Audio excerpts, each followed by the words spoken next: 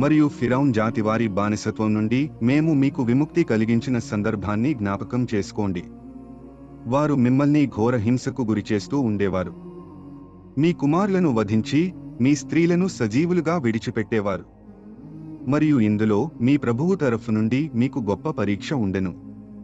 మరియు మేము మీ కొరకు సముద్రాన్ని చీల్చి మిమ్మల్ని రక్షించినప్పుడు మీరు చూస్తూ ఉండగానే ఫిరౌన్ జాతి వారిని ముంచివేసిన సంఘటనను గుర్తుకు తెచ్చుకోండి.